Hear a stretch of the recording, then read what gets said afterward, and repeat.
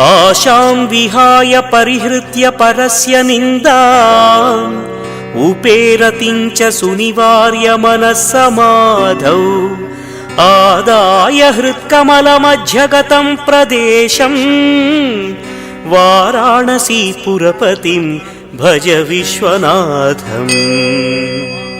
रागादिदोषरहितस्वजनानुरागम् वैराग्यशान्तिनिलयं गिरिजासहायम् माधुर्यधैर्यशुभगं गरलाभिरामम् वाराणसीपुरपतिं भज विश्वनाथम्।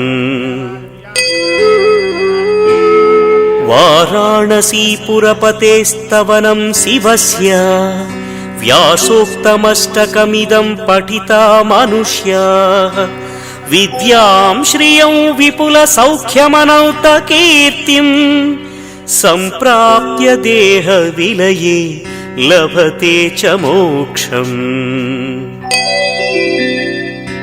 विश्वनाथाष्टकमिदं यः पठेच्छिवसन्निधौ शिवलोकमवाप्नोति शिवेन सह मोदते।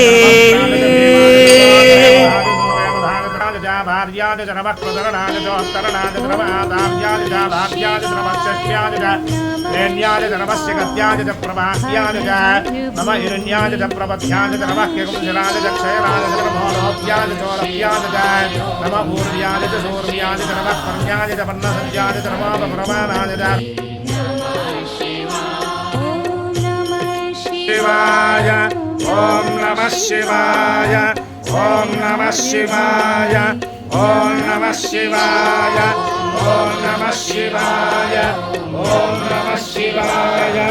ओम नमः शिवाय ओम नमः शिवाय ओम नमः शिवाय ओम नमः शिवाय ओम नमः शिवाय ओम नमः शिवाय ओम नमः शिवाय ओम नमः शिवाय ओम नमः शिवाय ओम नमः शिवाय ओम नमः शिवाय ओम नमः शिवाय।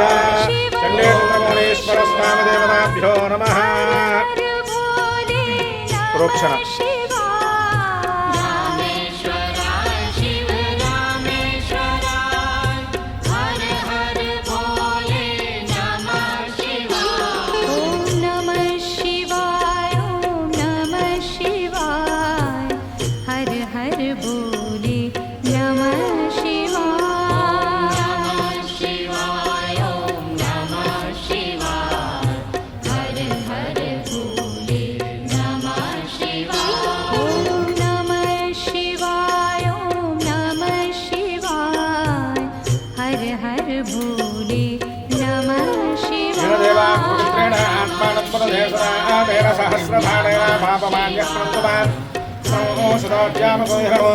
ओदं ब्रह्मपुरीमहे सुनीति सहमाप्नातु सोमस्वस्य वर्णस्समेत्या आदिमो राजा ब्रह्मणाभिपुनात्मा जातवेद मूर्जयङ्ग्या पुनातु नैवेद्यम्।